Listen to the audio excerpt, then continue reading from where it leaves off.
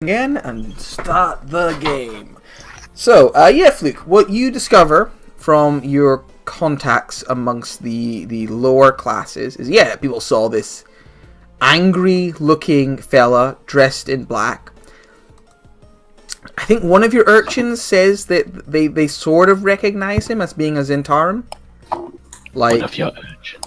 Like this, it's like, I've seen him before. He's one of them Zent fellas, like. And they tell you that, Troll Skull Alley is over here. Whee! So up in the Northward, which... it's moving! Oh shit, I need Troll Skull Alley. Oh no. Where are you going, Wait, how do I undo? Control Z? Here. Control Z? Okay, blow. There we go. Hey. Alright, so Troll Skull Alley is over there. Is over here. He apparently headed off in the eastern in the east. And the urchins, he didn't seem to be making a beeline for either this gate or down this way. Actually, that's the only gate. He didn't seem to be heading towards the gate to the field ward, so which lets them say, he's probably somewhere in the north ward, to the east of Troll Skull Alley. Which is interesting because this is a very rich neighborhood. There's a lot of villas here of noble houses. So you're not exactly sure where he would have headed off to around here, but he didn't seem to be moving to leave Troll Skull Alley, leave the North Ward. He seemed to be moving within it. Okay. So that's what Harold and Fluke are doing, and Brain is chatting to Steam and Steel. So what is Earl and Brinny doing?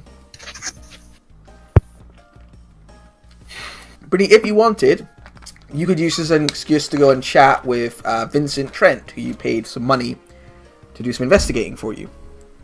Well, I can't think of anything to do with the investigation at the moment, so yeah, I'll pop over. All right. You pop over and enter Vincent Trent's abode. So you head on over there. So you make your way inside, and as you enter, you hear a voice coming from inside Vincent Trent's building. You hear Vincent Trent sat thinking on the day's events. How would he move forwards? How would he chase after his necessary... And he's like, I am just getting coffee, Pierre. I just want 5 minutes to have coffee and get some breakfast. It's like, sorry, Vincent. And then, you knock on the door. I do. Right, you knock on the door. You enter Vincent Trent's office. You see, this guy in a brown trench coat and a fedora hat. Looks up at you. Nearby, his little halfling friend is sitting, scrolling away. And Vincent smiles a little bit. It's like, Brinny, it's good to see you again. Please take a seat. Thank you. How's your book going, Mr. Barrett? Pretty good. I'm thinking of maybe even...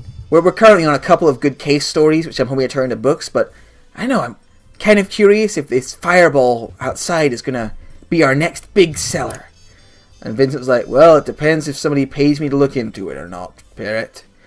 Brinny, I looked into that file for you. Interesting stuff. Did you learn anything? I did indeed.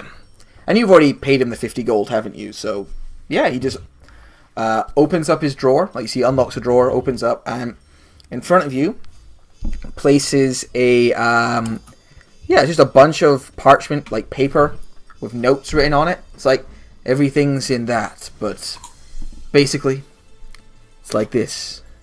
And Pret goes, Vincent Trent stares off from the distance, folding into his... I'm just going to tell her what she needs to know. That's all, Pret. We've talked about this. Before noon, nothing happens. Sorry. Why are you here? I'm sorry. Am I going to be in the next book? Maybe. There might be some artistic liberties taken, just to warn you. There's a couple of lawsuits currently inclined because Pret keeps referring to people as busty blondes, but it's fine. Anyway, yeah, your master came to town a few months ago. He was looking for somebody. He was involved. He was asking a lot of questions, doing a lot of investigating of his own. Good work, to be honest. Building contacts, looking into stuff. He was searching for a spellcaster of some age and danger. He was asking a lot of questions. People asking if people have been buying important reagents that might be used for spellcrafting. He was also involved in asking. This was strange, but he was asking if somebody had been buying large amounts of snow. No? I know. I don't really understand. Possibly a street drug, but I don't know. Asking after that kind of stuff. Also, he was asking after the Zents, asking about the Zentarum network. In particular, asking after different cells. Zentarum's a big organization, and not all of it is connected. It tends to be different masters controlling different parts. He was trying to get a good idea of how much Zentarum were actually in the city. Near as I can figure, he began to close a net around somebody. And one night, he headed off to... I just want to get a certain ward of the city. 1 second. So I give you the correct information.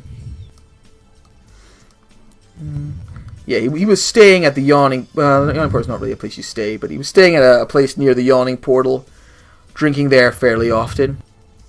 And the night before he disappeared, he headed off to... He mentioned he was heading off towards... you know what? Be easy to find in my book. The Southern Ward. I literally opened that up onto the page that I needed there. Oh yeah. Even though I have not read this page before. Headed off to the Southern Ward, looking for something. Next morning, he was found dead, and his saber was missing, nobody knew it was a saber, but that nice cane that he carried around with him was missing. Cane, it was always with him. Yeah, that was missing. Interestingly, no signs of how he died on his body. Looked like he just collapsed dead. Oh, I was hoping there'd be more clues as to how he died. He just collapsed? Did anyone see him? I mean, he was found in an alleyway, I'm afraid to say. Looks like the body was dumped. Oh. Okay. Do you know anything? Do you think this wizard he was chasing could have done it? Or this magic user? I mean, I don't want to give hypotheses without actual backing. I like to have evidence, but in my experience, magic can kill you a lot of different ways, and if somebody seems to... Mysterious deaths, going after a wizard, two are often connected. So someone in the Zentarum probably killed him. Oh. It's possible, or someone connected to the Zentarum. Or perhaps some of the Zentarum were looking for themselves. I don't know. I just know he was interested in magic users, seemed to be trying to hunt one down or look into one, and was also asking after the Zentarum and trying to get a good idea of how they worked operated within the city. Okay. He didn't chase after any arrests into the Zentarum or pass much on to the guards on that thing. Okay. Thank you very much, Mr. Trench. I might look around some of this when I get a chance. Of course, everything I got is in there. And if you need any more help, you come to me and I'll see what I can do. So you haven't heard of anyone knocking around with the new cane sword or anything? No, I'm afraid not. I was able to track his movements. gives you that information. But who actually has the sword? It's not somebody who's making themselves very publicly aware to people. Okay. Thank you. I'll be in touch. Of course, neighbor. I'll see you around. And I leave. There was sadness in her eyes as she headed from the door. The buxom blonde had hoped for... God damn it, she's a tabaxi cat! She's not even blonde! Tabby! And yeah, you head on back out into the streets. And Earl, what are you doing during this time? Well, first I'll teleport that I'll meet at the yawning portal later, before we all split up. Okay. And then I'll head down to the docks. Alright. Do you get like a carriage down there, or...? Oh, I'll just walk. It's a fairly long walk. It was a lot quicker to get a carriage. That's how most people... A lot of people walk, obviously, short distance, but if you're going across the city, most people get carriages.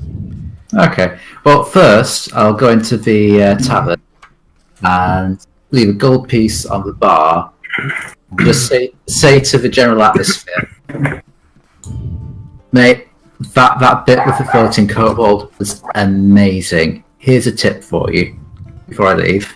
And then I'll get a carriage down to the docks. Alright, you head on down to the docks. Yeah, you find yourself on the busy dock wards, and you are looking, I think, for a small girl. Sorry. You're looking for a small child? Yeah, a tiefling girl who lives in a crate at the Net Street and Dock Street. Oh, of course, so you know the exact street to go to. Sure enough, when you get there, you see there is a crate, and sitting in the crate is a small red-skinned girl with golden horns, black pupilless eyes, and a sort of a cleft palate. And she sort of sees you and like holds out like a little cup, hoping you'll throw her a few coins. I'll put a coin and a handkerchief in. Alright, you put the coin and the handkerchief in. She takes out the handkerchief, looks at it, and looks up at you. Kind of takes in your countenance, and goes, "Alright, mate, you're in. So, listen here. Boss has a job for you. Alright. So, this mission is so easy. Gang of street urchins could pull it off. I should know I'm one of them. I want you to deliver an expose to Gaxel Rubberbust, the publisher of the local broadsheet called the Waterdeep Wazoo. Without his knowing who wrote it or where it came from. You'll find his office at the corner of Imar Street and Stallion Street in the North Ward. Leave the story on his desk, right? Little anonymous tips, you know what I'm saying? Sounds easy. Aye, should be. It's good to see your interest. You do this, we'll know you're serious. Your brothers will be looking out for you. I was just curious, do they have a specific name they like to go by? She, it's like, looks around and goes, I don't really know, to be honest. I'm not one of them. They just told me some tall, handsome chap would be coming round with a hanky, and I was to tell him that. Oh, I'm flattered. And she reaches into her pocket and pulls out a folded up note. Not like it's not like sealed like do not read this. It's it doesn't have that feel to it, but there's like a note. It's like, this is the expose, you leave it on that desk without being seen. Get someone else to do it without being seen. And you'll have your brother's thanks. Okay, excellent. I'll take it and tuck it in my kimono. And walk away. Still wearing the kimono. Oh dear. Somebody cast you a whistle as you walk by. You are on the docks, so you get propositioned a couple of times. It's a bit drafty. In full sunlight, that's brave. Oh, yeah. I think this... It's just so comfy. Do you have a look at the expose that they give you? Oh, if it's open, I'll have a quick glance for Yeah, it. it doesn't look like he's made any attempts to like seal it and make it do not read sort of thing. Yeah, it is a well written in kind of flowery handwriting. It is an expose on devil worshippers among the Waterdeepian noble houses. The story mentions orgies and secret dealings happening behind closed doors. That's a good party. Yeah. It is quite gaudy and lurid and very sensationalist. Errol thinks this sounds like a wonderful idea. He would do this even if he wasn't being paid for it. I mean, so far it sounds like you're probably not being. Yeah, that's what. Great, cool. So you've got that, and you've got yourself another wee mission. Yeah. From who? I'll head over to the Yawning Portal. Sure. So you probably all reconvene at the Yawning Portal around about 3. Kind of. You come inside. You see that, as always, Durnan is standing behind the bar. The sort of strong arms in his like short sleeves. Big mutton chops revealed before you. Durnan. The place is not full busyness yet. There's a few adventurers around eating steak sandwiches. Because I think that's what adventurers would eat. Just lots of steak sandwiches. That makes sense to me. Yum yum. Yum yum. Throw a few onions. Now I want a steak sandwich. Oh yeah, big fried onions on them. Yeah. He sees you come in and nods in your direction. But yeah, what do you guys do? You kind of all filter in at different times, but you all make your way inside. Oh, Durnan. He's my special friend. Oh, he's your special friend. Hello, love. You haven't happened to see or hear about a chap who's been burnt recently? Burnt. I mean... Across the face. Oh, this is an adventurer's tavern. So, the amount of fireball-related injuries I see in a month are staggering. But no one who stands out. Okay, thank you. Do you want a drink? Yeah. He gets you your normal drink, whatever that would be. Yes. Bloody Mary. There you go.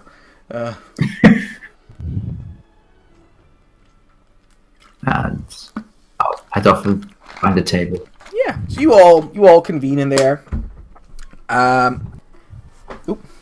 Passing out your various little bits of information.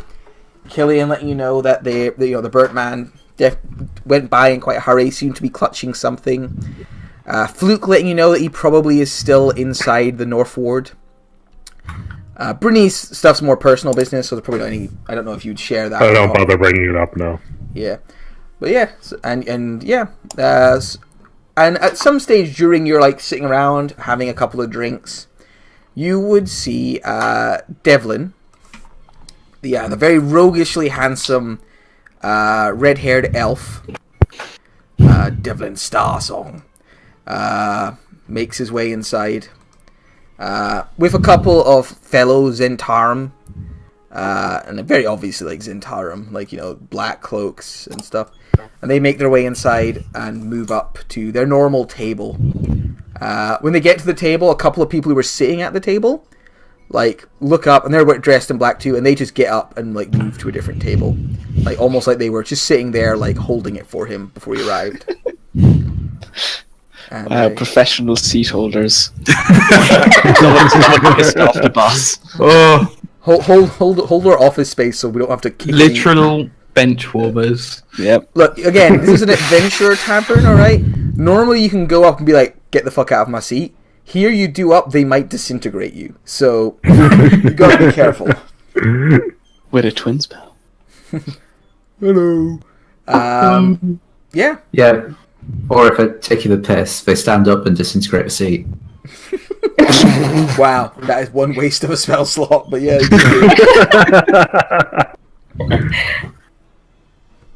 Yeah, you see Davlin sits down, gets comfy. A couple of people probably go straight up to him, and you can see people are passing messages to him. How do you approach it? Do you like go straight over? Do you give it a little while? How do we want to do this? I cut his head off with it now. I mean, I guess we're just ask if they know anything about the fireball. Conversationally? Why is he going to tell us? I think we just go up and ask about it. Obviously, there was someone coming to find us.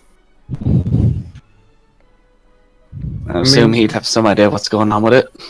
He did. That investigator did say that they were pursuing, the Zentara men were pursuing the guy coming for us, right? I've got that straight?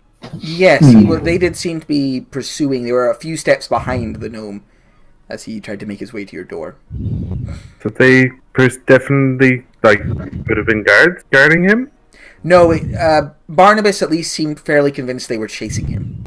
Okay. There was enough distance between them and the kind of way the fireball landed, it seemed like they were chasing him. Okay. And with his 5 feet less movement speed a turn, he was, they might have found him. I don't really actually know what the best way to approach it would be.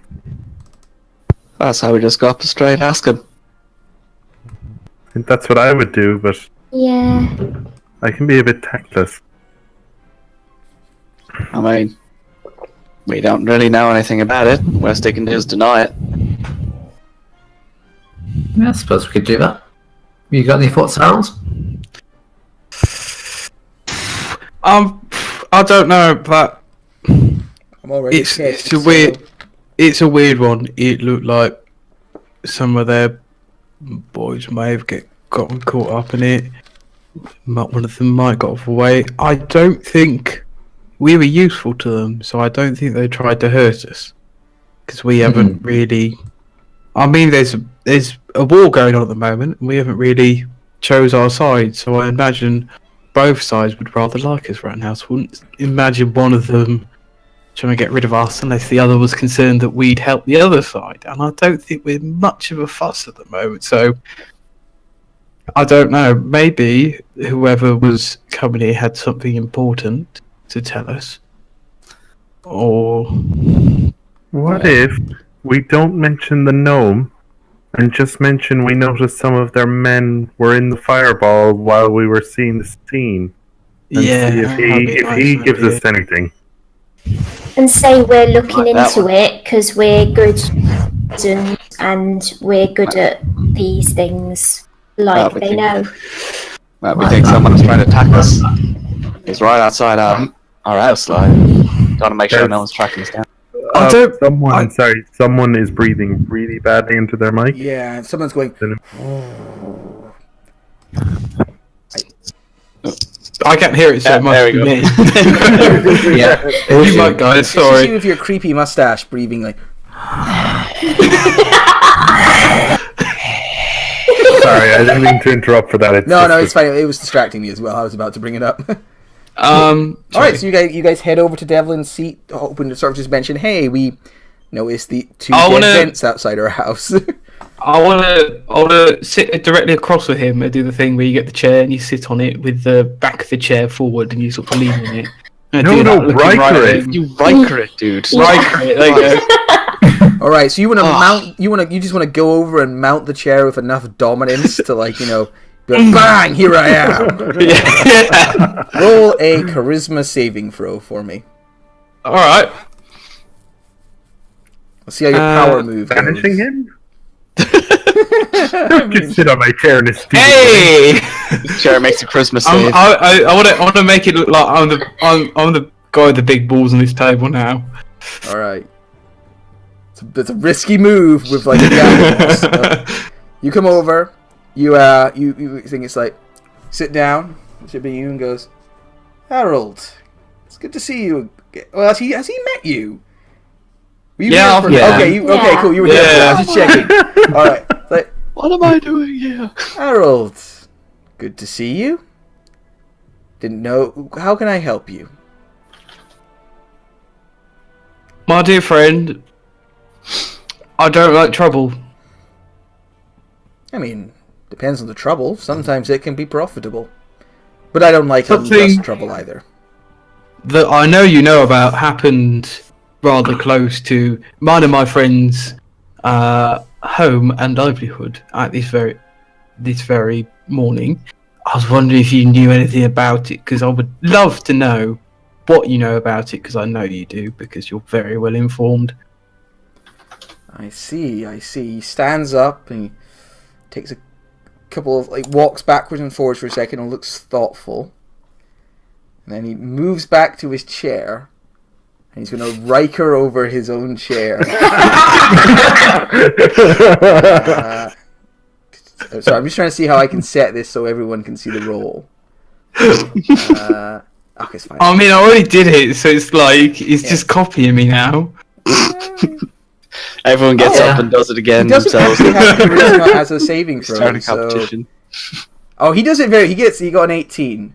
So his one's good too. He also It's Rikers good, but the it's cha- not. Yeah. It's not. But he also Harold. Rikers that chair and sits down across from you and goes,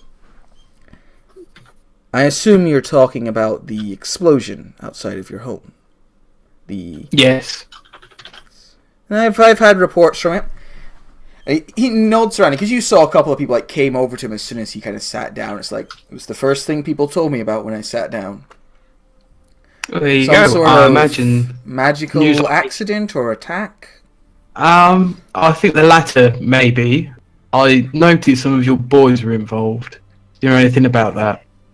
What makes you sure they're my boys? Because they had your Tattoos. lovely little flying snake tattoos. Bit of a giveaway, if I'm honest. Are you accusing me of something, Harold? I'm not accusing you of anything, my friend. I'm just wondering if us doing business with you is bringing trouble to us.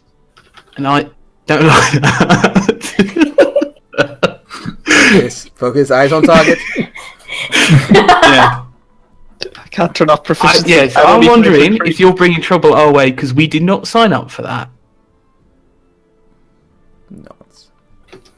And he goes, We did this prior deal to make a bit of cash, and that was we don't want any part of your silly little gang war. Do you understand me? I'm not particularly appreciating the tone you're taking. I'm not going to lie, Harold. I'm taking this tone because I'm concerned for my friends and for myself. I'm sure you can understand that. Roll a persuasion check. This is just to see how he really takes you coming over here, balls a swinging. Balls of Swingy balls. Hey. Good ball swinging. 22. Pendulums. Okay, he's like, you got some pendulums on you coming over here and talking like that. But it's fair. Something happened outside your house. I'd be shaken too.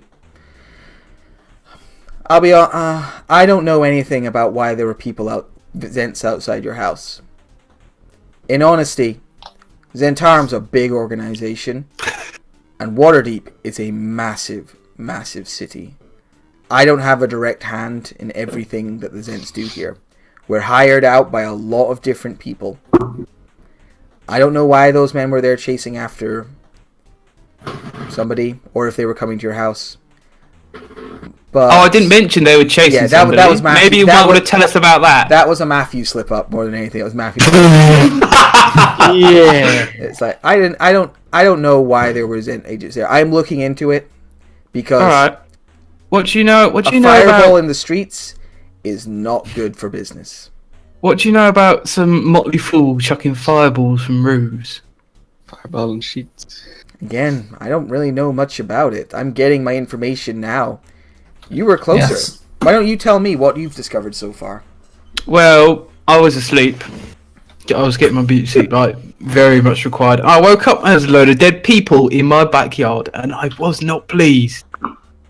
Yeah. Someone And the described- musicians at that, and that, I imagine, yourself being as bad as well, that would rather annoy you. People out there trying to get some hard work done. Well, that is a shame. It's enough trouble. It's hard enough being an entertainer without people fireballing you. Yes, it is, isn't it? Like I said, I'm looking into this. What do you want from me? And I'm sure you will let me know if any developments come up. Also, I was wondering if you heard about anybody that may have left. A bit singed, but still alive. I haven't heard anything about that. But I can see that this is concerning you somewhat. Yeah. And I understand that.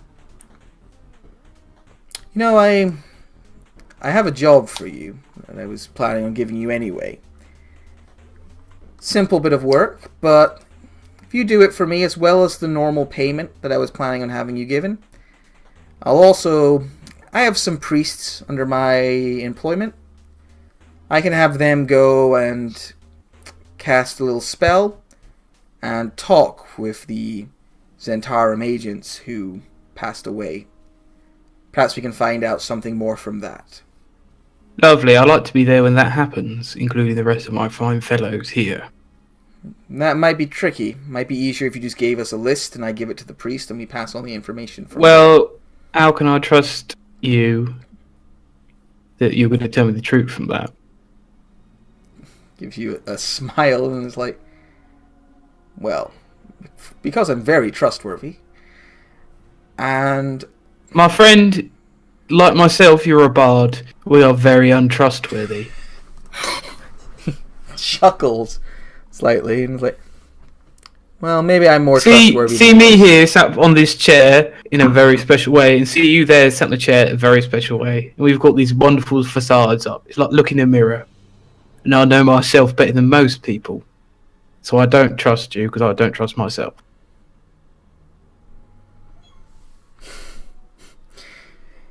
He goes, that's kind of sad when you actually say it out loud. You know that, right? It's kind of got a point there, Harold. Can't lie. Guys, I'm being fucking dramatic. I appreciate the flair for dramatics. I really do. Not great for business, but it's been a while since I've been on the stage. You know, need to get these juices flowing. Roll a persuasion check for me.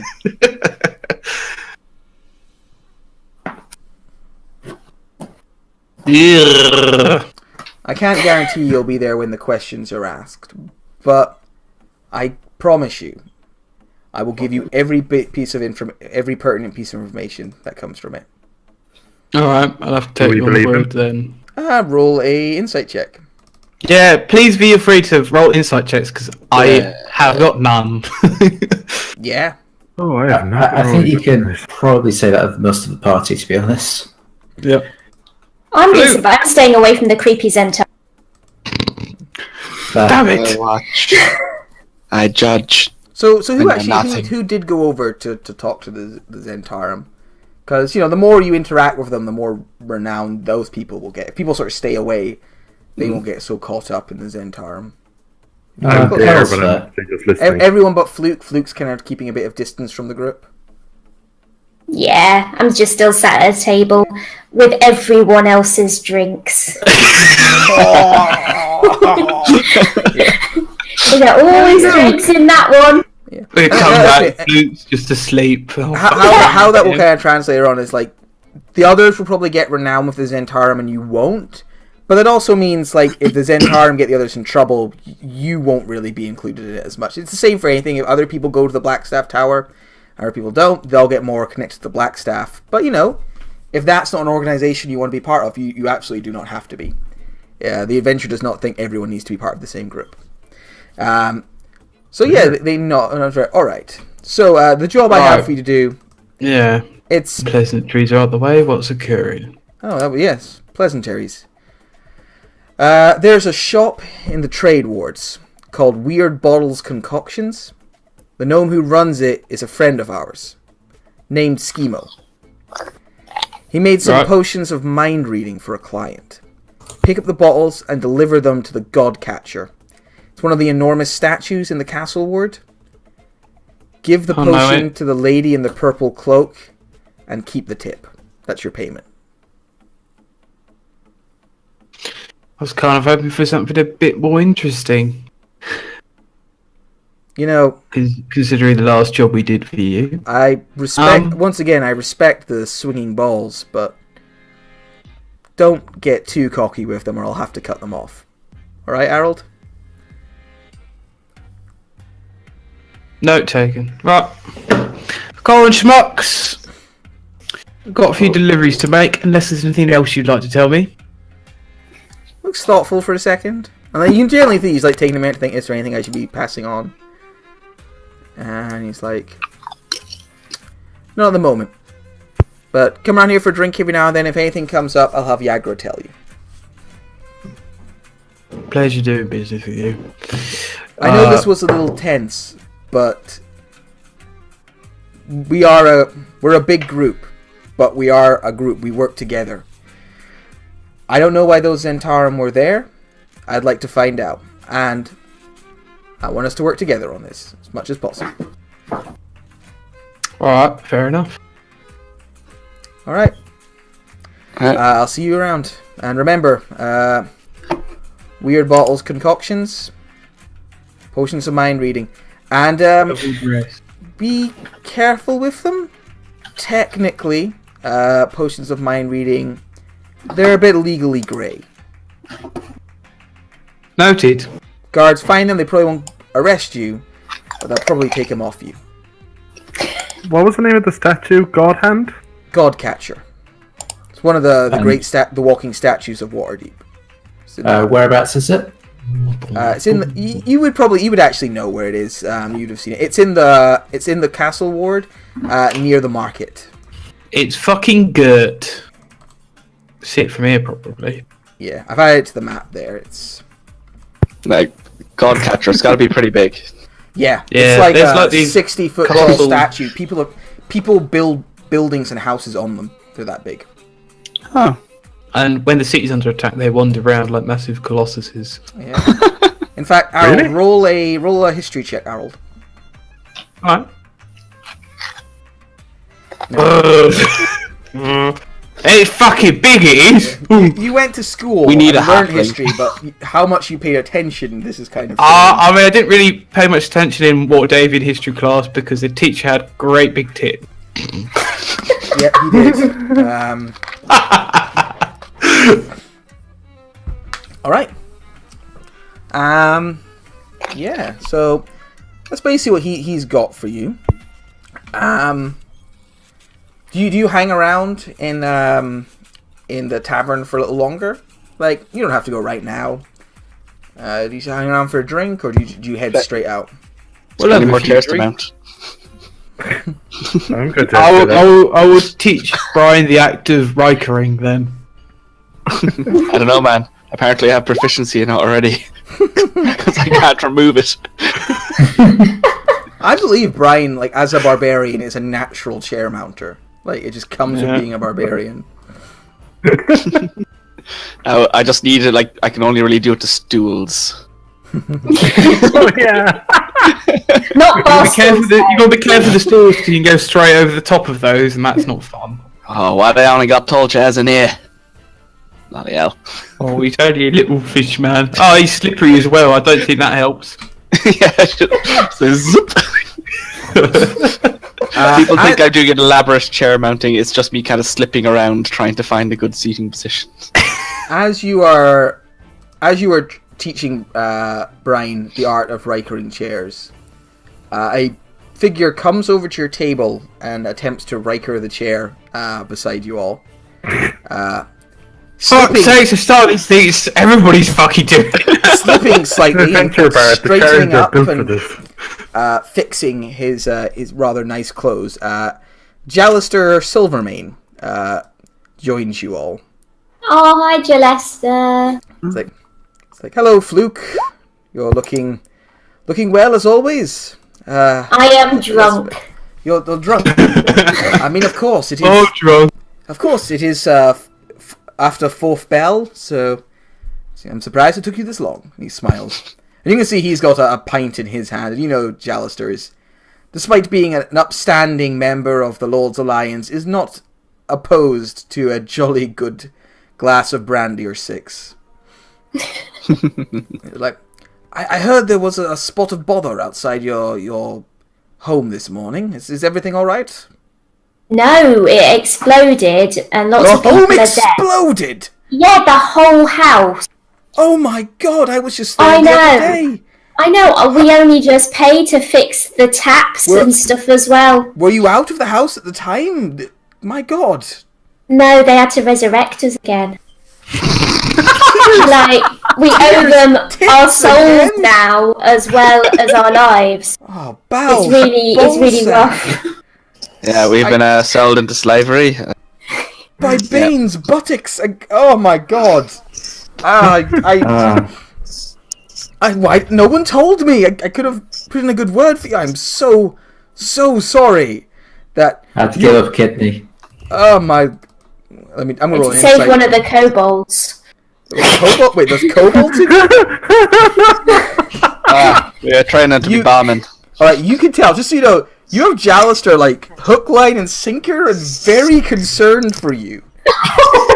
Like, he's like, Aww. good, I'll have to I'll talk keep with my boss about this. I'll keep stringing him along for a little bit, and I'll... He gets quite worked up. Nah. Only exploded our house a little bit.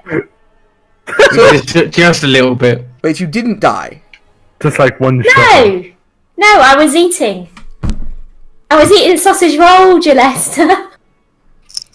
We have sausage rolls? You fucking eat them all, haven't you? Well, not anymore, no. No.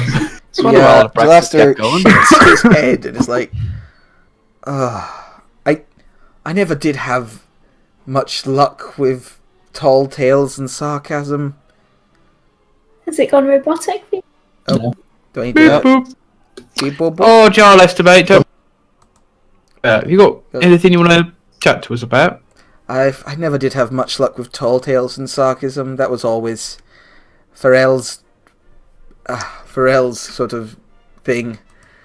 Yes, I just wanted to check you were all right, first of all. I was a little concerned when the news came through about the explosion. I do have a job for you as well, actually. Something you could do for the Lord's Alliance to work for paying off your debt. A bit more interesting than the last one, I swear. There was talk of having you protect the dung sweepers for another 10 days. I vetoed that one. We were pretty good at it there. But yes, you did a fine job. But I did get something a little more interesting that could maybe help you sort of prove your usefulness to the Lord's Alliance a little better. Alright, shoot.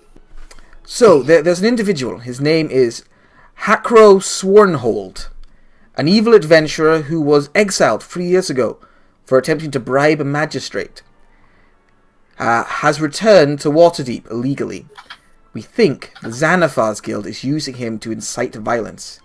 He was last seen recruiting Kenku in the dock wards. We need to find him and quietly put him to the sword. Oh, hi. Can you hear me? Yes, Luke, I can hear you. Sorry, I completely missed like the last Everything after 5 sausage roll. minutes. Everything after sausage roll. Yeah, no, I put it in chat. I put it in chat there what he said. Thank you.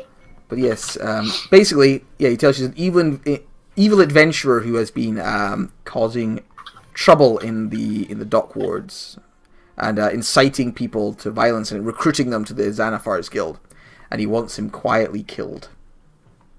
Would we like?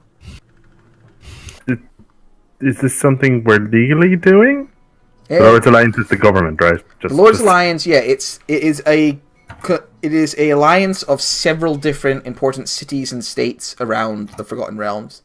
Waterdeep and Neverwinter are members of the Lord's Alliance. Yeah, yes, it is. Does sound right today, but Hakuro is in fact a convicted outlaw. So this is effectively bounty hunting. Yes. I am the dog. Even more section than that. No, you've got a Specific cat, target. not a dog. But yes, if you could do this for the Lord's Alliance, it'd be very appreciated amongst us. It's probably go a good way towards helping with our debt. Indeed, and it would certainly prove your usefulness a great deal. Any idea where around the docks he's been sighted? Different places tends to be the more run-down, back alley sort of bits. You'll probably have to spend a bit of time, do some investigating. I suspect it would take you a little while. So you have anything else you're doing? Because I understand there was something that happened. This is maybe something for when you've got a bit more time. But yes, if you could look into this, very appreciated. Well, of course. Yeah, I think we can. Yeah, I don't see why not. Excellent. Wow. Excellent. Did I see you talking with Davlin Starsong over there? Not me. No, not you, Fluka. But I noticed the others off you at his table. Well, we'd heard he works with that Yes, with the group. Zentarum. Yes, a couple of them got blasted outside our house in that fireball incident. Were We they just wondering involved in that fireball? The Zentarum? Well, we were wondering They were if killed by they it. knew anything. Killed Yeah. by it. We were wondering if he could tell us anything about it. I don't know why someone's trying to fireball our old elm. How do you know Davlin in the first place? Is he a friend of yours, or have you just heard of him? Known from around the tavern. Look, he points at him. He's like, look at him right now. There's He's there, 20 he's people surrounded by reporting to him. people, and he's like handsome and like holding court. Basically, kind of does rule the little section of the bar he's in. Yeah, he's not really subtle about it, is he? No. Well, it was a good idea to talk to him. He definitely is someone to talk to if you're interested in the Zents, as I understand it. But I'd stay away from him if you can. He's, the Zentarum are not technically an illegal organization. There are places in the world where they have little backwaters and where they have almost more power than the Lord's Alliance. But here in Waterdeep, where we respect law and order, well, it's best not to let them get too involved in your life, is all I'm saying. Oh. But sorry, I'm not here to lecture to you. I shouldn't force my opinions on you. I'm just... Oh, nice. Hey, appreciate it. I've taken a liking to you all, and I just want to I don't want to see you getting mixed up with the Zentarum. That's right. You're just being a mate. Of course. He smiles. It's like... anyway, I'm sure you've got stuff to be getting on with. I am going to go and drink some more. You go do that. Yes. And, right. He gets up and goes over and gets himself some more wine. Brian falls off his chair. Mate. Ooh, stumbly. I can't teach and do it at the same time, guys. It doesn't work. Well, figure it out. Hey! So what is Down here in your lanky elven legs. I mean, you got to understand it's different, right? If you guys don't successfully Riker a chair, people laugh at you. From where Errol grew up, if he didn't successfully Riker a chair, he was whipped. All right, that's the difference. Whipped by a creepy tentacle rod. So, Errol didn't actually grow up among drow. Oh, didn't he? Okay. Oh yeah, no, you grew up. Just still. Still. Yeah, that's not So what just a very specific. Who said anything about drow? Like. Alright, well, Alright, guys, we got. He grew up on the Starship Enterprise. Exactly. I can't We've get got- Chessie back for some reason. It's a shame. We've got I know, I've not got any of Have you you. tried reconnecting? Yep. Yep. And I could try refreshing. that's a tried solid idea. changing your video bandwidth. I think that works sometimes. Oh. So we got Yeah, you got basically been given delivery guys. been given a or we've delivery got job. hunting down a wanted adventure. I kind of know what I want to do. Well, I think I'm with you with that. So the Wanted Adventure one will take longer, and the delivery one does. Like he said, if you do it, you'll get paid, and he also says he'll start looking into dealing with those, into getting questions asked of the dead Zentarum. There's also, let's see. Yeah, and there's, if there's anything else, like, this is quite open-ended on how you can research and figure out what happened with the fireball. So, if there's any other ways you want to kind of look into it, you're more than welcome to. So, Do we not really have the option of doing both? Oh, no, you can do both. Yeah. I'm just like, I'm just saying, I was just going to say, at some stage, do we want to go to the Bent Nail and sort out that payment for getting the thing done up so it can get started while we're out doing things? Yeah. Let's get Makes this sense. tavern up and running. Cool. Are we all paying the gems for it in the end, or? Well, I'm up for doing it. Who's up for doing it? I've already spent all my cash on the taps. So Yeah, I've it's not up got to you much guys. left, but I've got a bit. Well, I think it's just the gems you need to Yes, get it's just something. the 5 gems. Yeah. just the I 5 would hope. gems? Do you spend all 5? So do you go to the Bent Nail and just like... How close are you to the Bent Nail from the Yawning Portal? The Yawning Portal's here, and you're a fair... It's quite a way. It's quite a ways. You can get a cart, though, like, if you get yourselves, like, goes up the main street and then it'll off. If you get yourselves a wagon, I suppose it'll only take half an hour and then half an hour back. We don't get one, we just like jump on the back of one and hitchhike. Alright, they stop, they come out and they attack you. Oh no, it's fine. It's the dung sweepers. They know us. We're on back of one of their wheelbarrows. It's those weirdos who stole the dung and then brought it back. Yeah. Oh, it's the Shades! Scarpa! Scarpa. I didn't realize we had given it back. Fog Cloud and Red. Oh, I think it became apparent I couldn't sell it, so I think I, like, wheelbarrowed it back and then tried to stealthily dump it in the street. Yeah, I think you added to the mess that the dung sweepers had to sweep. Also. Stealth dumping. Just emptied like 3 days worth of sweeping right in front of them. Alright, you go to the Bent Nail, you hand over some money to Tilly, who is the artisan who does it there. How much do you give him? 500? Yeah. You just give him all these gems. Like, here are 5 gems. And he's like, excellent, cool. Alright. So for that, yeah, he is going to be able to make a solid start on, like, getting the house effectively livable in, like, get it up to proper code. Fixing all the damage to the wall, removing the rot and repairing it, all that kind of stuff. And with he'll be able to do up the tap room and make the tap room look alright. The upstairs, like, will still be crap. Right. Yeah. But he'll be able to make the tap room at least look okay. Won't look great. If you want to look really good, you'll have to, like, finish off the payments of 1,000 gold. But he can make a good start on it.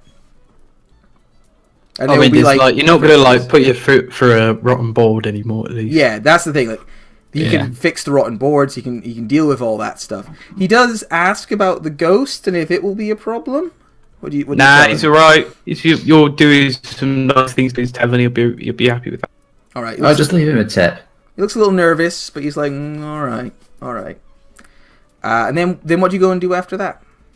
Brian keeps his mouth shut when they ask about the ghost. We could go do that delivery then, get a bit more cash. Yep. Quick, and then we'll try and sort out this adventure or something, guys. I think. Yeah. All right. So you head Well, off. I want to get paid at least 12 gold so I can pick up a healing potion. Oh, I think I've got a bit spare. So, quick check. Yeah, I've got. Yeah, I mean, I could put a bit in for another potion. Yeah, if you mind lending me for a bit, I'll pay you back when we get to...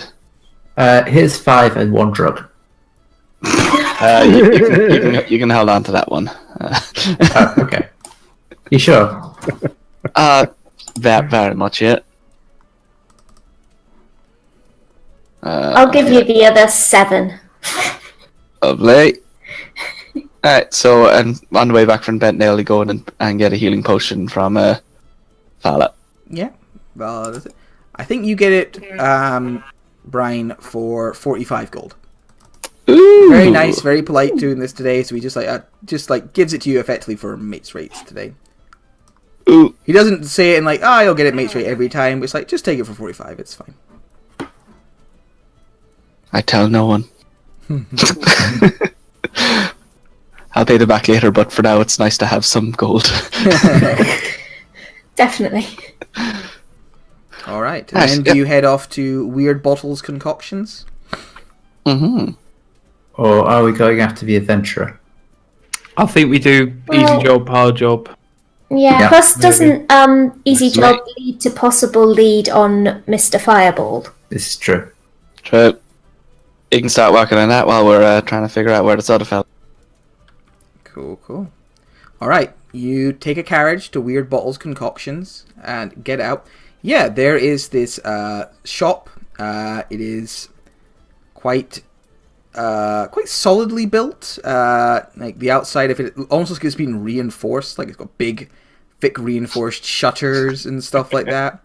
Almost blast prepared shutters. But there's a big sign saying Weird Bottles Concoctions in like fancy script.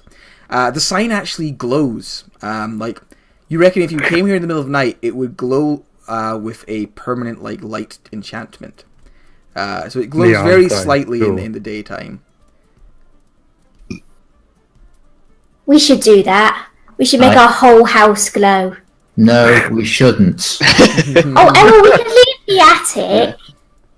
It's not sunlight, mate. No, it'll be fine. So gaudy.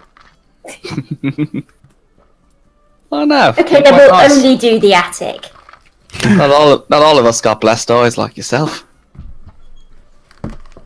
Got what eyes?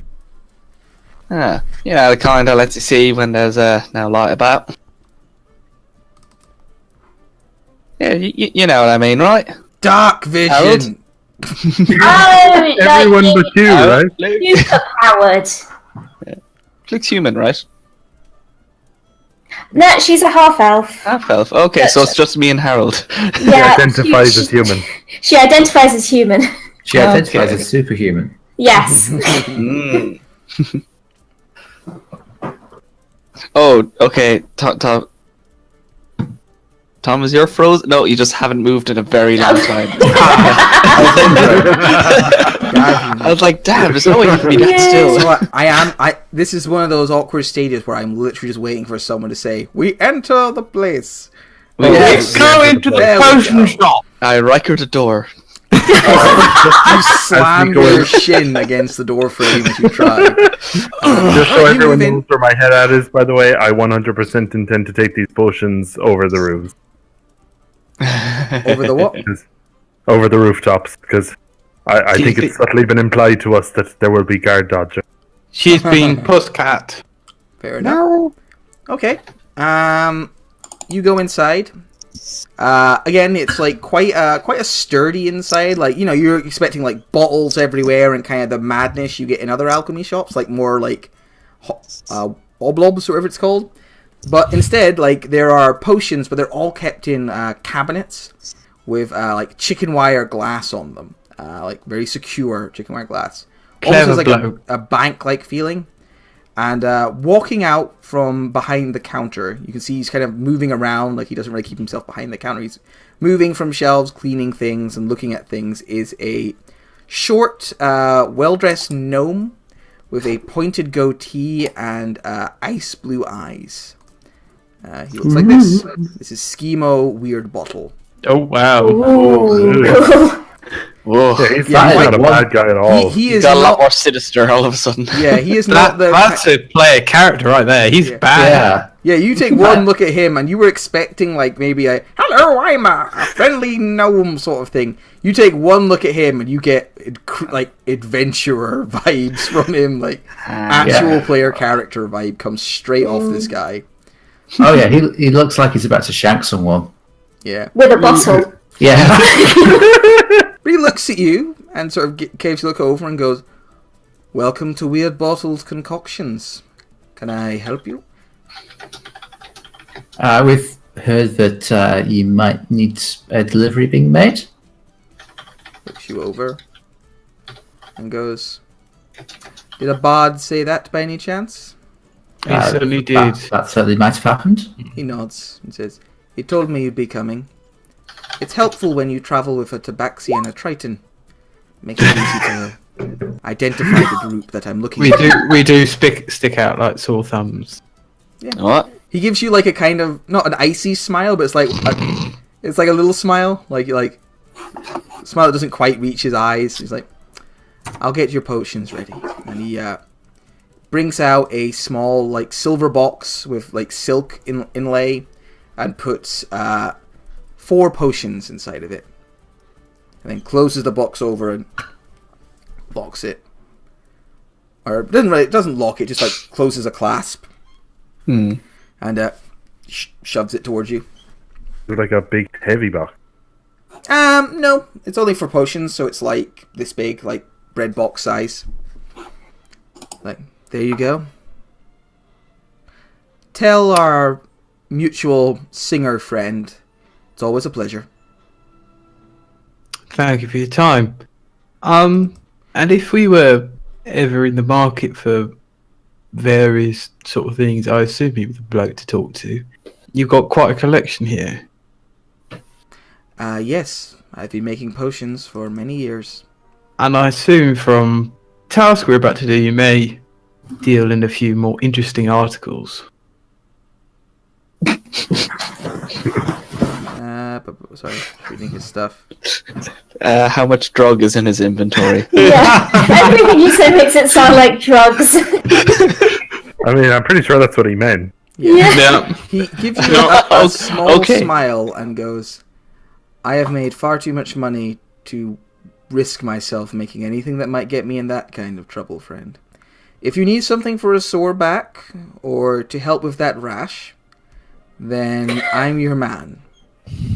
How does he know about your rash, Harold? I don't even know about my rash. You're wearing a kimono. I'm not wearing a kimono anymore. I got dressed. You did say you get dressed. You got the look of someone who wears a kimono. He's just got kimono rash. By the way, I just remembered that Errol walks around with an umbrella to keep the sunlight off. Just add to the image. Daintiest image ever. You're inside now, so I imagine the umbrella is down. But yeah, you don't want more bad luck as a wild sorcerer. All right. So yeah, he gives you the box, and it's like, "I'll see you around, I'm sure." Thank you for your time. Alright, guys. Plan. Brinny, you stick up there. We'll go on ahead of you. We see any guards. We'll pretend we're like confused tourists and ask for directions to distract them. You can do your stuff. You mean... Wait, so I go on the rooftops and you keep an eye from the ground? Yeah, well, if there's any guards in your way, we'll make sure they're definitely not looking at you. Okay, that makes sense to me. Plus, I think you're going to be really lucky, Brinny. And she gives you the blessing of the trickster. Nice. Oh, it lasts for an hour. Nice.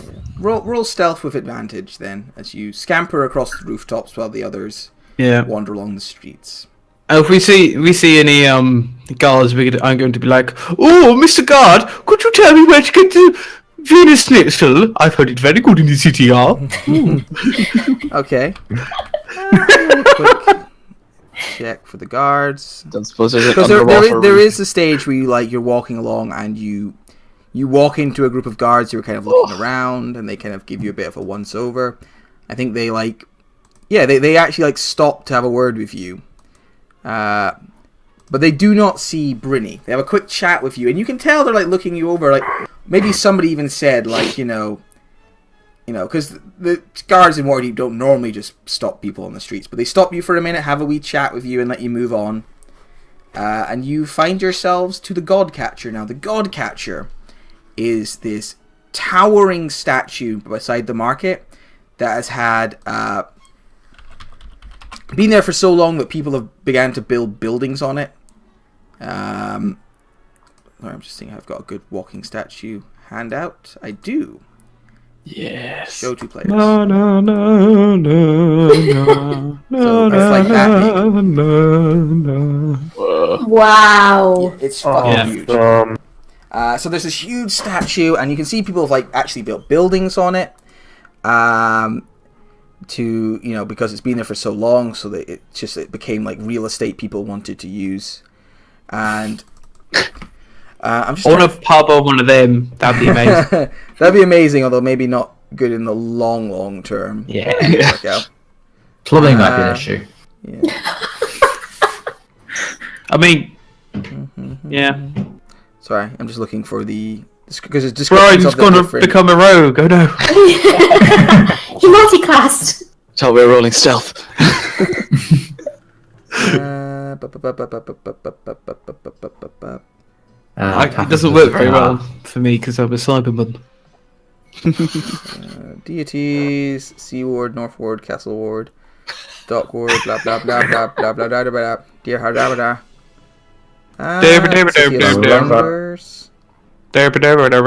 Sorry, I'm looking for the whole. There we go. Walking statue. So the God Catcher.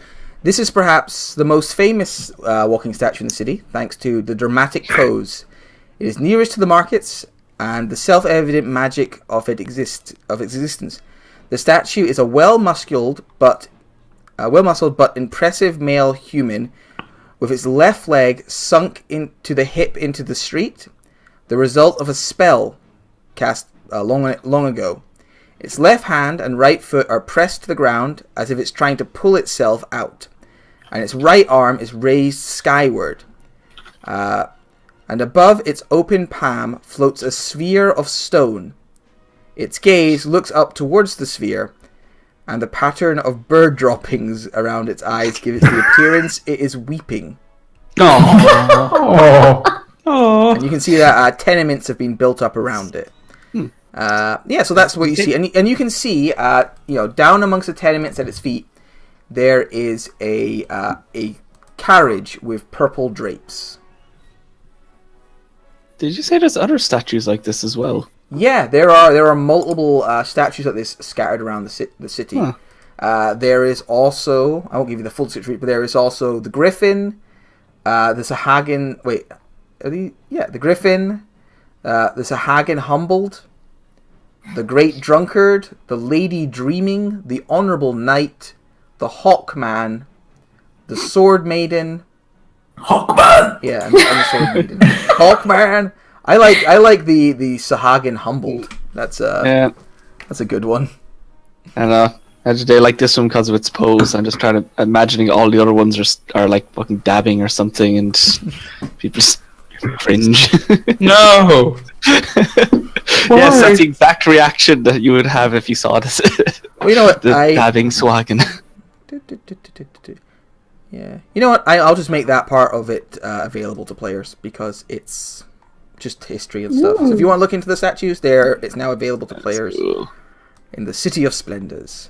I'll put it up near the code legal. There might be little bits of extra lore information in there, but it's not a big deal. So it's there, and you can see this this carriage kind of waiting there. A very nice carriage with purple drapes. Well, looks like I won. Yeah. A couple of us going first, and then we'll call Prinny down just to make sure it's all cool. Yep. When you head over, I'll stay near the wall with her. All right, I'll walk up. Who's joining me? I'll go up. Sure. All right. So Harold, Earl, and who else? I mean, I could. I was gonna hang back and keep an eye out. Yeah, the three of us are going to hang back. Okay, so Harold and Earl make their way up to the hip, and you can see like the purple drapes move a little bit, like a delicate hand moves them aside, and a face in the shadows looks out. You've both got dark vision, or Harold, Earl, you've got dark vision. You can see a feminine figure beyond, although they seem to have a hood up, casting to keep their face shadowed, which wouldn't be any problem to you, but then they've also got like a mask, like a domino mask covering their eyes. They are taking great pains to hide their identity. Is it a purple cloak by any chance? It is a purple cloak, yeah. You were told the person you were coming to look at had a purple cloak. Yeah. And a female voice comes from inside and goes, "Hello there. Do you have a delivery for me?" Yes, we do. Just one moment. And I'll wave to Wait. I'll see if I can like. Whilst he's chatting, I'm gonna peer past the other curtain to make sure there's not like a fucking crossbow cult looking at us or something. I'll check there's no guards about. Sure. Roll a perception check. Perception. I think Fluke is also on the lookout for guards. Yeah. Yeah. You can roll as well, Fluke. Okay. Alright. I think you'd both spot them. Fluke was the coach is a hired coach, but you can see that the man on the coach has a mace and a crossbow. Coach driver / protection kind of purpose. Fairly common in the city. There's also 2 men fairly nearby who are hanging around. Both of whom have scimitars at their side. It doesn't look like she's being staked out. It looks more like she has taken precautions just in case. Yeah. Well, I try to wave over Brynny. Sorry, I was momentarily distracted. Say that again. I wave over Brynny. Okay, I come over. Alright, Brynny, you head over and you've got the box. I hand the box to Arrow. I assume there's space in to push. Yeah, she across. reaches out to like take the box from you. Mm-hmm. Alright. She takes the box and with a flick of her wrist, hands you a pouch. A nice sort of, again, purple-like velvet pouch. The kind you'd keep your dice in, probably. And it's like, there you are. Your payment. Thank you very give much. Her a nod. Back off. Because I don't want to get run over. Yeah. You back off, and as soon as you do so, the curtain closes, and it rumbles off. And when it does, you see the 2 men who are kind of just waiting around nearby, just get up and like wander away. Like, oh, okay, that's our little job done for the day. Let's go find someone else to keep an eye on. All right, everybody, split up. Meet back up at the tavern. Sure. I go Alright. back via the rooftops because I'm having so much fun with it. you all head back to the yawning portal, which is it's a fair ways away. So you meet up maybe an hour later. Are we closer to there or our place? Slightly closer to your place. Okay, that's grand there. Yeah, no worries.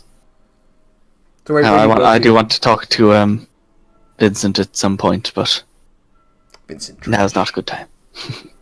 Cool. So you meet up back at the yawning portal, and when you check over the little pouch that you were given, you find that inside are 15 platinum pieces.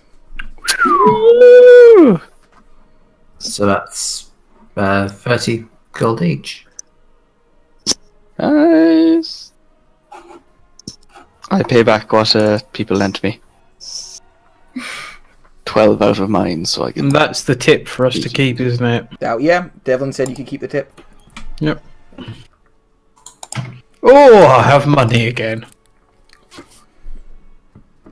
At some stage, because you return to the yawning portal, and at some stage, it wouldn't be Davlin, but Yagra comes over to your table, the half-orc, comes over, sits down, Oh, she Sheila. rikers the chair and gets comfy. Well, So natural for everyone else.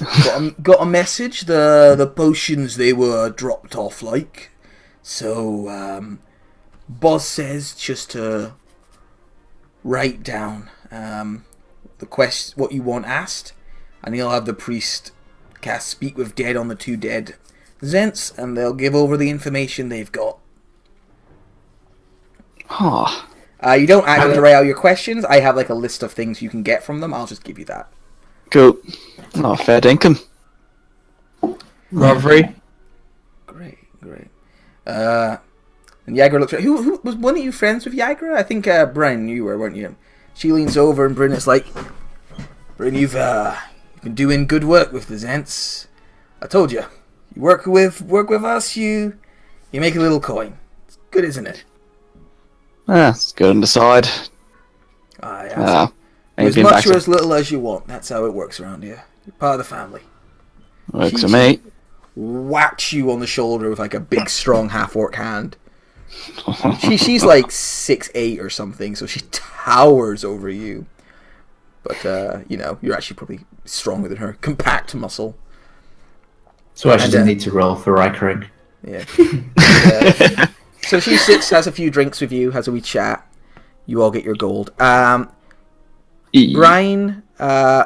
Harold, Earl, and Brynny, you all gain one more renown with the Zentarum. And they're going to ask these questions. Fluke, I take it you're kind of trying to keep yourself in the background enough, so... Yeah, the way I see it in my head is she's known kids in the streets getting involved in these gangs, and it never goes well, and she's just suspicious you're of keeping them. it. That's fine. So you don't gain any renown with them, but that's fine. Cool. So, what is the next stage for you guys? Start looking for Kenku. Adventure hunt. Yeah. Kenku Right. recruiter boy. Well, Yeah, we did run come across Kenku before. Yes, in the first yes. fight. First warehouse. Xanathar sends his regard. Yes. Exactly that. I just like Kenku. Okay. Okay. What? Rocky. I don't So- trust anything that wants to fly. How are you going I want to fly. Who doesn't want to fly? Flying sounds Who good. anyway? We'll just go in the water, it's better. Just go swimming. Right? What's wrong Yeah. with swimming? But that's like Yeah, flying in but water. swimming's just like flying, except you don't have any problem with falling. I mean, Yeah, it's just like problem of suffocating in an endless dark That's- void of nothing. that's your problem. Yeah. Are you scared of water, Harold? No, I'm not scared of water. Drowning's Sounds not like it. too keen. So like if you wouldn't just go for a swim in the canal. No, I'll go for a swim. Yeah. Ah. No, it's just like I've heard stories of people drowning, and I think one of the ways to go, probably the worst. That burning alive, nasty. Earl Get like, Everyone his knows. eyes a little bit. It's over But quickly. having your brain infiltrated by an intellect devourer. I'm Yeah, there's lots of ways it's nasty. Yeah. Well, I can take you out sometime swimming if you want. Yeah, it'd be nice. Show you what it's like. Show you some tricks, Sure. ways to keep your breath, hold your breath. Can we wrestle sharks? Don't Oblitors! mention sharks. Oh, Yeah. yeah, that's what I usually do when I go swimming. I'm going to eat you. Yes. Well, just if you ever find yourself in the harbour, just keep an eye out. There's, So you guys talk about this company. as you head into the dock wards and begin your investigations into this guy. Could somebody roll an investigation check for me? This investigation check resembles 8 hours of work. I'll do it, I Like, suppose. this is why I'm My saying Yeah. Assist. one isn't too bad at the moment. Bryn, someone Bryn's is assist him? good. Somebody can assist I- him if I they will are assist. trained. Guidance? I can assist. Yeah. What does Okay. that do again? It gives him a plus D4. So yeah. So the way this works is it's basically Brynny is piecing the clues together from what Harold is able to get from people. Because Harold's going into places, chatting with folk, Yeah. and Brynny's then going, okay, well if they're on this district, then maybe they'll be here. See While, any birdie bastards? while Fluke is praying for them. So yeah, Brynny, could you roll an investigation check? Nice. Yeah, Hey. definitely a Ooh. success. Roll that D4. So that's one success. So yeah, you ask around. You don't find him today, but you definitely you get some leads. You kind of hear like, all right, Kenku. There's been a bunch of thefts of shiny things in this part of the town. If you go and sort of ask around there, you'll have better luck if you go tomorrow. And you kind of decide to pack it in around about like 10 for 11th bell. Like once it's properly dark and it's cold and it's miserable, and there's no one really around on the streets to really ask. You decide, all right, we're not finding him today, but you feel you've made a good start. You're just going to have to probably investigate over a couple of days or do a bit of work. A bit of legwork to find this guy. I say we buy a load of cheap shiny shit and then just kind of stroll around and see where it goes. Makes sense. To Probably me. go with us full of arrows. So do you get a cart or a wagon, all the way back to Trollskull Alley? Yeah, ain't Sure. walking that far. Sure. Could somebody... Oh, mark I bring off- some seawater. Oh, cool. You bring a little bucket Yeah. of seawater. Could...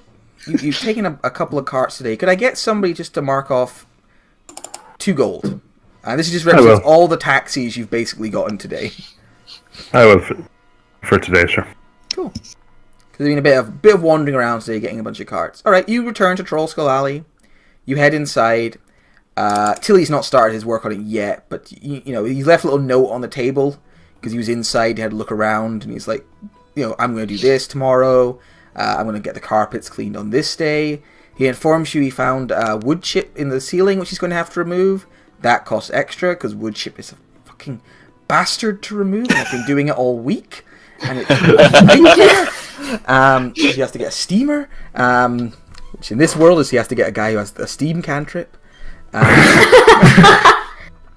yeah, he lets you know. Arrow? He gives you a breakdown of what it's going to cost. Yeah. Your altar's back in the tavern. Could you steam? Do you steam? I can frost. Ooh. I mean, that's the opposite, but cool. I can... Lightning! Zap. Zap. Don't know how that helps anyone, but well done, Brian. Maybe this might be steamy.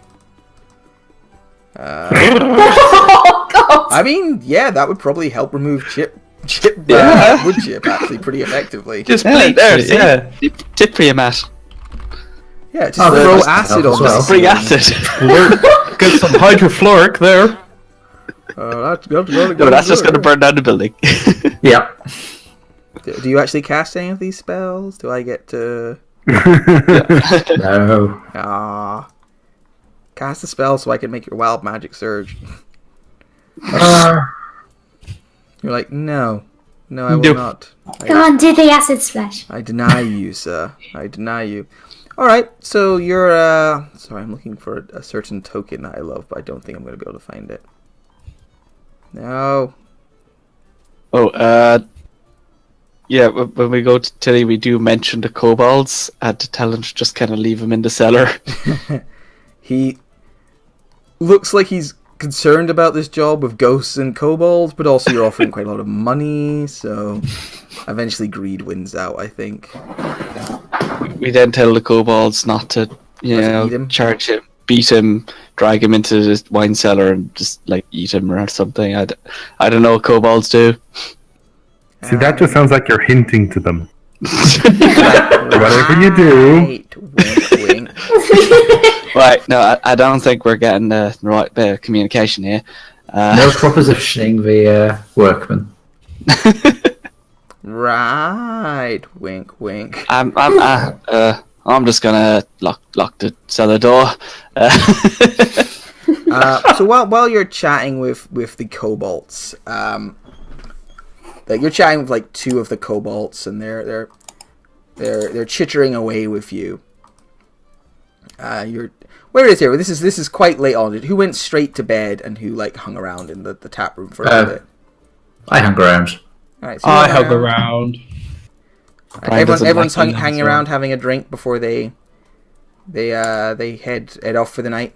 I think Fluke's probably snoozing in the corner. All right.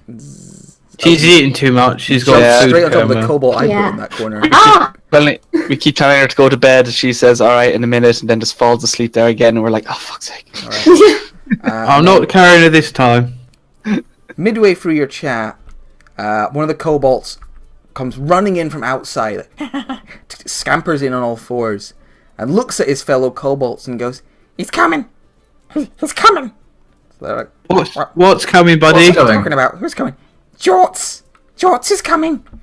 We Short. need to hide! We need to run!" And the kobolds are like, "Oh god, not Jorts!" and they begin to like panic and like scamper around the room, looking around afraid. It's like, we should set some traps. We need to set traps. We haven't got time to set traps. I open the trap door for him. Get in here, you silly fuckers. Who's after you? They pile in, panicked. They run into the thing, and they scamper and they close the door behind them. And as they do that, at the door you hear a loud, but more of like a fud. Angry, like, Tavern's not open yet, mate. open up.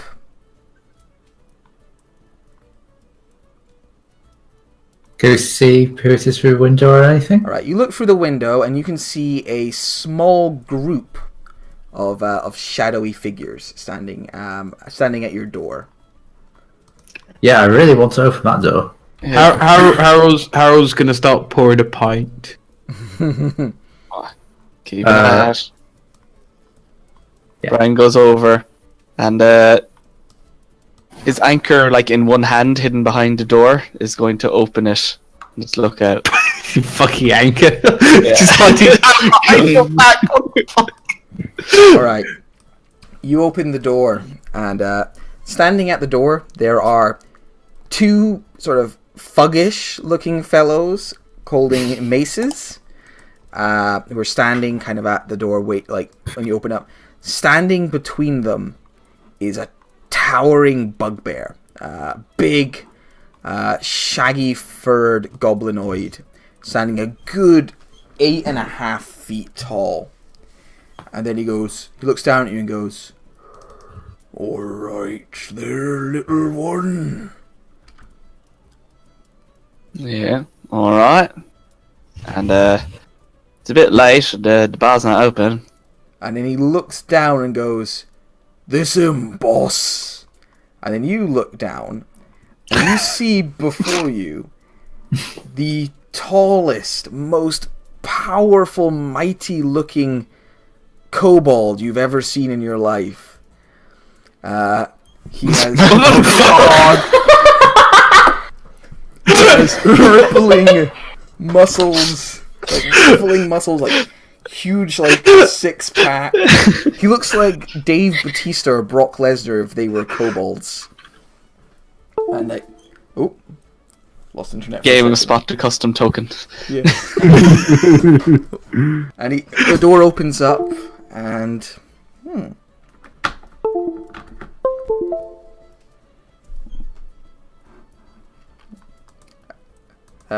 you hear me? Nope. Not you. Oh, I see measuring. You're describing something in great detail. You can't hear it. No. So it opens up, and this kobold goes, "All right, I'm Jorts, and I'm coming in." And he steps forwards to enter your establishment.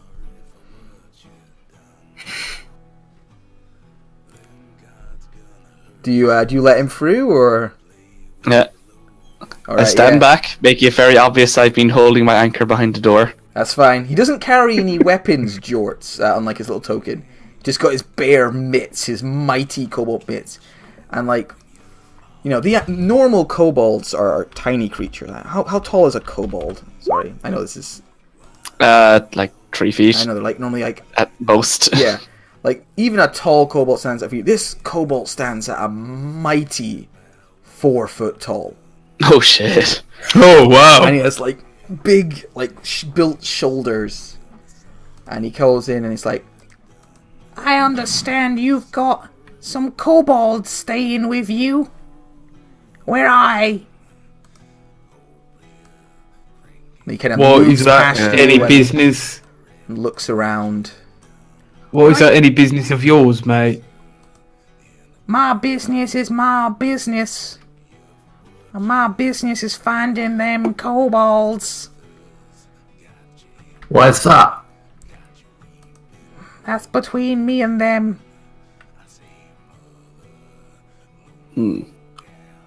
Well, we don't really appreciate you coming in here and I don't find talking about myself that. giving a shit what you appreciate, lad. And the bugbear goes, "All right, Mr. Jorts, no need to get rude with him, like. Oh, I just don't like people underestimating me. I'm the goddamn Swobolt. People need to respect that. It's like, of course, boss. They do. They do need to respect that. No disrespect, my friend, but you are currently invading my friend's personal property, and I'm not very keen on that. So unless you have, we'd never get this kind of respect down in the dock wards. It's like, no, boss, but we're up in the North Ward now, all right? It's like, you do the talking, Bruno. And Jorts goes, I'm gonna get myself a fucking pint. He jumps up on the bar and begins pouring himself a pint. Hey, you're Cheese paying for and that. pastries. Jorts, I strongly suggest you fuck so off. Start again. I strongly suggest that you fuck so far off that you've got to go all the way to your stinking harbour and take a dip in the fucking water. And I'm gonna like get a little bit of honey out of a pot behind the bar, and then gonna streak it across under the bar table. I'm gonna cast suggestion on it. Okay. Because he just stood on my bar and started pouring himself. Grab myself a rule book because Swobolts aren't actually in the regular rules. Really?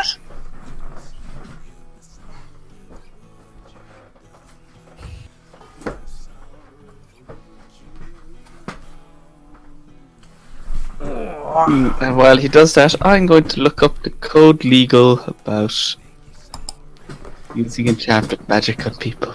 We're defending our private property, so I think we're within our rights. That's a good theory. I hope the magistrates listen to that in court. Oh, to be fair, it's just a kobold. They're not. Yeah. As much as we love them. I'm amazed he got this far through the city, to be honest with you. There's a picture Oh my God. of Swobolt right there. There he is. Little Swobolt. Yeah, the monetary price for using magic to influence someone is the same as murder. It is the maximum fine. Oh no! Okay, so it's a wisdom saving throw, yeah? Yeah, DC 14. Alright. He doesn't know you do it, though, even if you pass, yeah? Yeah. Okay. He fails. So, you. He's got to go fuck off down to the dock ward and take a dip in the water. Alright. He looks at you and goes, alright, fair enough. And George jumps off and just walks out the door.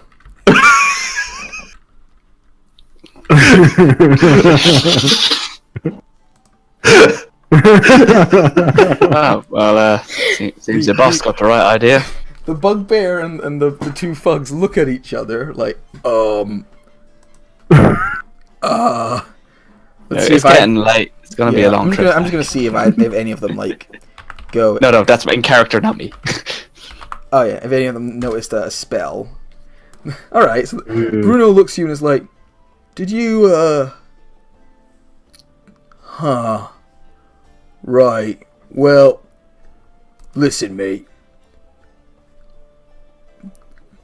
Those kobolds down there, yeah?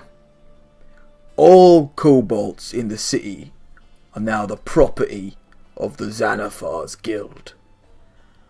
So, because they scum, right? And all scum flows to the Xanathar. So we're Is that why you're part of it, is it? Damn fucking right. Does he have any gang tattoos? Roll a perception. You know, we kind of like no. It's hard to because he is a bugbear out right now, so he's pretty covered up. But the two humans who are with him both have eyes on them somewhere. Give him a shave. He's got tattoos. I bet it. Yeah, if he took off his robe, you'd probably find some tattoos on him. But the two humans definitely have Xanathar tattoos on them. Some tattoos like double B's.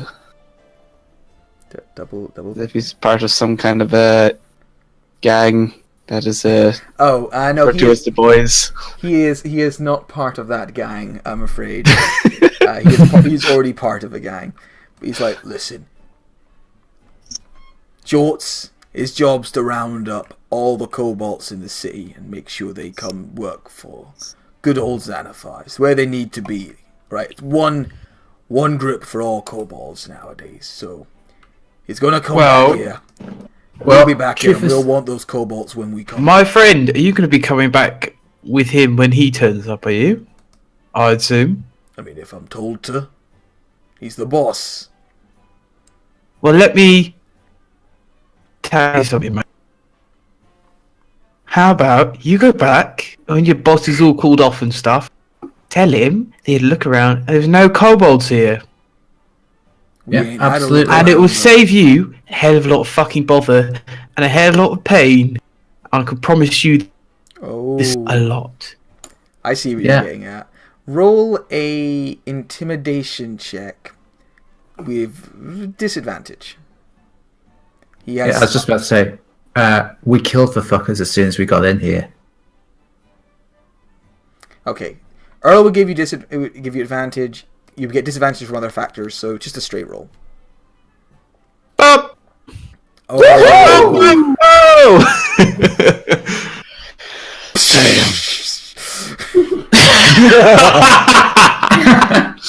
The bugbear turns, and bugbears are big and tough and scary, right? However, they are still goblins at heart. They know when they are outmatched. They know when they have a fight or flight response, and when the flight kicks in, it kicks in hard. This bugbear says nothing. He turns around, runs, and jumps through a window. And then we just have that fixed. Keeps running. It's fine. It's one of the things that's getting replaced. The two thugs look at each other and then just slink out of the room like it's fine. We're just thugs. Get my anchor. Just kind of start patting it in my hand as watching them go. And yeah, they slink away. And a couple of seconds kind of pass in silence, and the little hatch opens up, and Beauregard sticks his head out and goes, "Are they gone? They're gone, Beau. You're safe. We're looking after you." Is Jorts gone? Yeah. Oh, thank God. I've sent him away. He might come back, but if we're lucky, he'll be swimming with the fishes. Yeah. Maybe your shark friend will get him, Brian. That'd be nice. Yeah, he is open. Lie against you. Oh, thank goodness for that. Yeah, you're all right, Harold. So are the rest of you. I'll go over and poke Fluke awake. Fluke! What? No, this is not my bottom. What? There was being an urchin on the streets. Got to do a lot to survive. There were some bastards here. They're trying to get the kobolds. We sent them on their way. Heads up for tomorrow. They might be back, but I'm pretty sure we've scared them off. Wait. What? See, the kobolds all come over as a group and pick up Fluke and carry her off to bed. Okay, I'll go to bed. And they just carry Fluke away to bed. Yeah. Cool. Unless you guys have really any more stale baguettes. Conversation or anything you want to get through, the night passes after that uneventfully. I would go talk to Vincent just to see if he's turned up anything else on the ghost. It's pretty late. It's like midnight. Okay, he'll do it tomorrow. But you can get him first thing in the morning if you want. Yeah. All right. That's for another time. You come in first thing in the morning. He's sitting there, glass of whiskey, cigar, in the room. Yeah, and you come inside. You are pleased to see that Pereira is not there. You came early enough to avoid. Forenoon. Yeah, you came in early enough that he hasn't arrived yet. And he's there. And he's swirling his whiskey. He's like, it's good to see you again, Brian. How are you doing? Doing alright. It's been a pretty weird few days. This is Waterdeep. Every day's pretty weird. Right about that. Don't suppose you turned up anything new and the old little friend got running and I thought you wanted history on the house Yes. itself. That's what I gathered. Yeah, it's good. All right. Brings I think for out that. a very familiar dossier to the audience. Like it's very similar to the one you gave Brynny. Pushes it across to you. It's like, so the house is old, real old. Asking around, it's been called Trollskull Manor for hundreds of years. I even went to the Hall of Records and asked around there. They don't know exactly who made the house originally, but it's it's been around for a long time. Some people think the name traces back to the Troll Wars. Other think there's also a legend that apparently a troll escaped during some sort of thief gang war, and it was decapitated on the street, and the kids played football with its head up and down the street, and the name Trollskull Alley just kind of stuck after that. Interesting. I have to use a bit of fire, otherwise that thing would have game would have turned pretty violent. We know how to deal with trolls here. Anyway, I know it went through a lot of different owners. A lot of people tried to buy it. New nobles, hoping it to be their manor home. Rose and fell.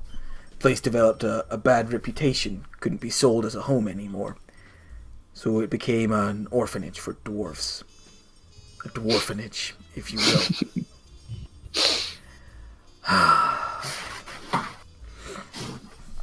Anyway, unfortunately, the dwarfanage was ran by a hag who was eating the children. Yeah. Jesus. That escalated quickly. That went on for some time until the hag was discovered and destroyed. Since then, it was taken over by a elven fellow, maybe half elven. My record's a little unclear on that. And he wanted to turn the place into a tavern. It had been a tavern a couple of times before. He thought he could make it stick, make it work. Unfortunately, the place's bad reputation got the better of it. Never really took off. Fellow died there. His dreams having not succeeded. After that, it got a reputation as being haunted. I think it might be the fella who died there. He definitely died in the building, yeah. I suppose he got a name for him, do you? Yeah, his name was Lif. L-I-F. It's in the notes. In the notes. Live. Asshole ghost.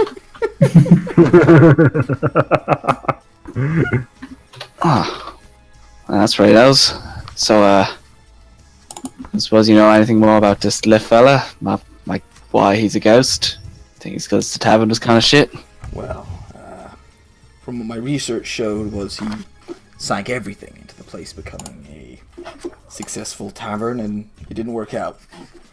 That's from what I understand about ghosts. If he's stuck around, it's because, his dream didn't work out. So, if we make the place successful, then there's a chance he'd pass on, yeah. Move on. Happy that his dreams at least eventually got fulfilled. That's good info. Yeah. Another thing, the place was bought at auction by Volo, wanting to learn about ghosts for his book. But there was another fellow who went after it. Yeah. Emic, Froome. Shroom or something, yeah. It's in the notes. Run with him. He wanted to buy it and turn it into a bar himself. Didn't work out.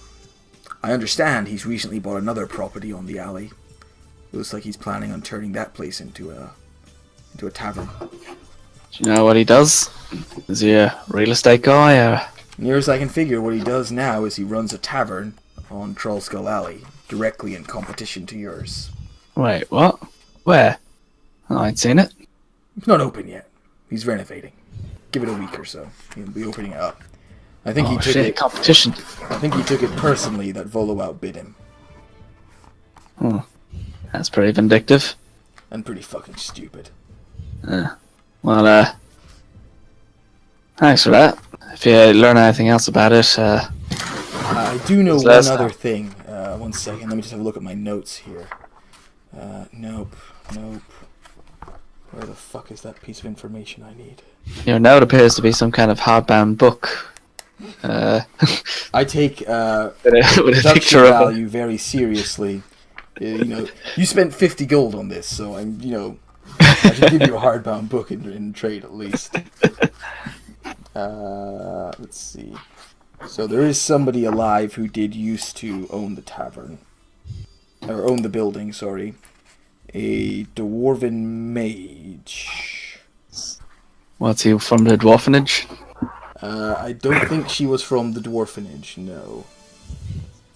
Probably not many survivors of the dwarfenage. Well, one little thing about this book, it's a well laid out book mostly, but I do find the stuff about the dwarf alley is pretty scattered. Like, if you want to find somebody, it's in a couple of different places in the book, which can get annoying. Okay, wait, was that there? Okay, cool. Ulcoria. Ooh, I will write that name down. Someone else can tell me how to pronounce that. Oh, except for I don't think I can click on it. Yeah, you have to load in Roll20 died on me. Yeah, it died on me too. Ulcoria, Ulkoria. She is a shield dwarf mage with the Order of Protectorate magic, all that stuff with the official guild. Yeah. Little known fact about her: she once owned Troll Skull Alley. She sold it to a family of Whole shield alley? dwarves who. She owned the tavern. Oh, okay. She sold The it to manor, another like. family who fell on hard times and sold it to a woman who made it into the orphanage. So she owned it a long time ago. In Alright. a weird way, the dwarfenage eating was her fault. So, what you're saying is she's the ag. No. But it's worth saying, as I understand it, she's got fond memories of the place. I've heard her, apparently she mentions every now and then that she hopes the place eventually gets put to good use. She's also, as I understand, a pretty powerful, not enchanter, abjurer. If you ever need glyphs of warding put on the building, Ooh. she can do it for a good price. Well, good to know. Yeah. Yeah, well. Worth every penny. True that. Alright, well. It's been a pleasure. Absolutely. Pages on See you next time. Exit page. I'll just fix this once.